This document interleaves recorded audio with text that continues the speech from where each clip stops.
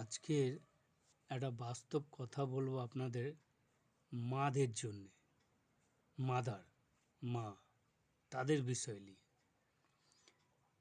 আজ থেকে প্রায় 20 থেকে 25 বছর আগে আমরাও ছোট ছিলাম। তা একদিন বর্ধমানে একটা লোকাল ঢুকেছে।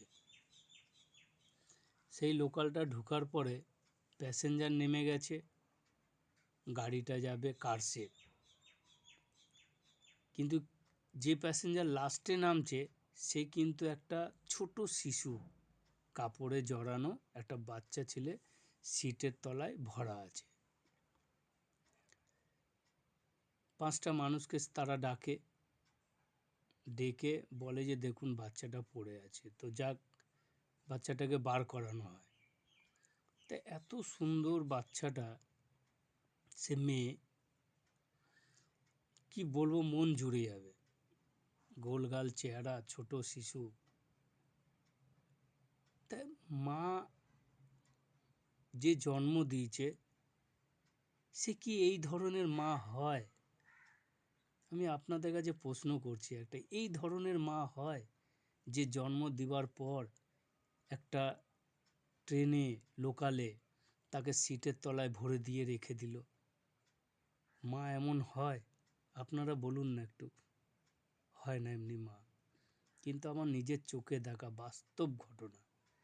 আচ্ছা, একটা। 2 নম্বর হচ্ছে বর্ধমানে তখনকার বাজারে 20-25 বছর আগের কথা বলছি, তখন ছোট লাইন চলতো, কাটোয়া বর্ধমান। তো ওই ছোট লাইনে একটা বাথরুম ছিল। সকালবেলা যখন আমরা স্টেশন থেকে ওই ছোট লাইন যাই নাস্তা করার জন্যে,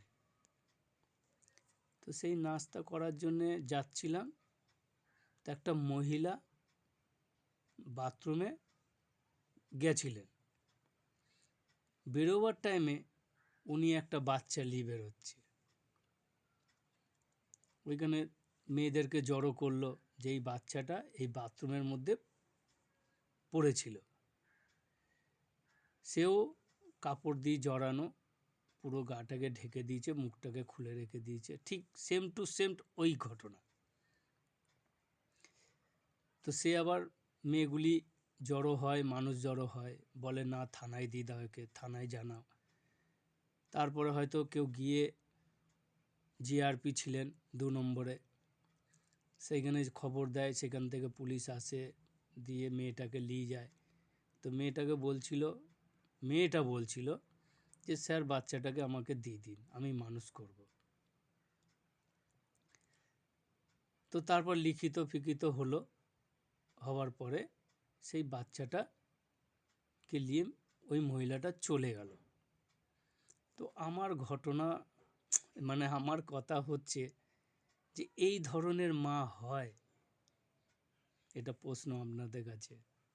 এই ধরনের মা হয় যে জন্ম দিলাম, বাথরুমে ফেলে দিলাম, চলে গেলাম? এই ধরনের মা হয় না। কি ধরনের মা সে? এক মা জন্ম দিয়ে ফেলে দিয়ে গেল, এক মা ওকে তুলে নিয়ে চলে গেল। আমি জানি না সে কি ধরনের মা, তবে আমার এই শুনে হয়তো সে মা এখনও বেঁচে আছে, সেই বাচ্চা এখনও হয়তো বেঁচে আছে। যে গাড়িতে পড়েছিল সেও বেঁচে আছে, তার মাও বেঁচে আছে। যে ছোট লাইনে বাথরুমে ফেলে দিয়েছিল সেও, তার মা বেঁচে আছে, মেয়েও বেঁচে আছে। তো হয়তো ভিডিওটা দেখার পর হয়তো বুঝবে যে একটা মানুষ ছিল, যে সেই ইতিহাস যে আমাদেরকে ফেলে দিয়ে গেছিল, তার সাক্ষী আমি আছি। সত্যি এক মা ফেলে দিল আর এক মা নিয়ে চলে গেল। এটা শুনতে কেমন লাগছে?